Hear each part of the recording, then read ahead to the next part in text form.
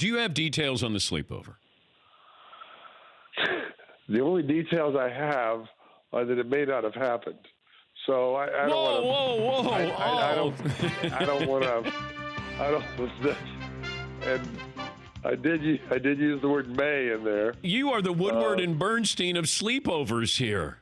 Yeah. Okay. I don't know that really happened. I don't know that it didn't, but I've been told that it may not have really happened.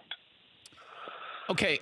Do you believe that Jerry fell in love with Mike McCarthy at first sight?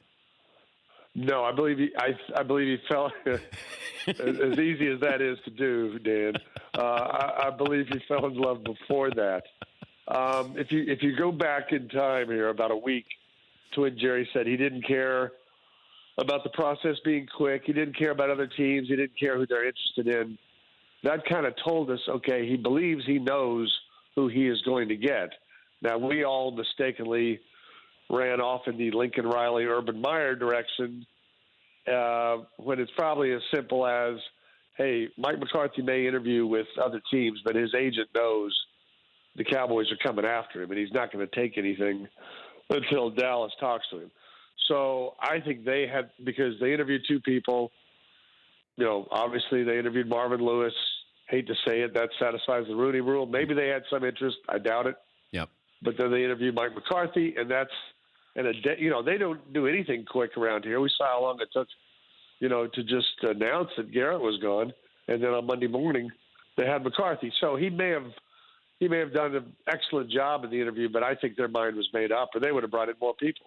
But and I know that I criticize Jerry a lot, but in this case, I look at him and say it's the owner and the GM, and usually those are two different people. It's the same person, but two different personalities. It feels like Jerry made for lack of a better expression, the safe choice here, a conservative choice. It's not sexy. We were looking for Urban Meyer or Lincoln Riley, but that doesn't mean that they were the right choices here.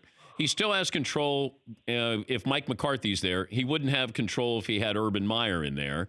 And Lincoln Riley, I think, is better off at Oklahoma. So I don't know if it's the right choice. I think it's a smart choice to not go with the shiny object there. What do you think of that? I said I had a thumbs up for this, and my thumb was at about 10 o'clock. So it's leaning a little bit, but it's not straight up, but it's a surprisingly conventional choice for Jerry Jones. Now, why are you waffling? Why did you waffle on this?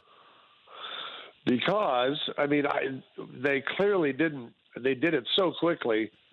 Whatever it was that caused things to really fall apart, not only with the team, but with Aaron Rodgers, they didn't have time to explore that. So they're basically just saying, we don't care. We don't care that he won a Super Bowl early and then never got back to one. And coached like Jason Garrett in the NFC Championship game against Seattle, made a bunch of mistakes there. We're just going to take him based on his resume. The resume is great. 9 straight playoffs is great. A Super Bowl ring is great. But why did it go so badly?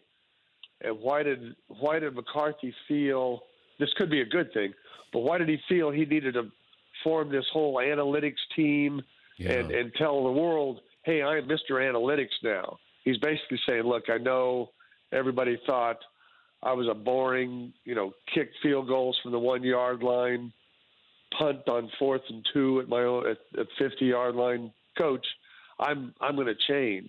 Something compelled him to make that change, and I don't think the Cowboys really explored everything that went on with him and Aaron Rodgers.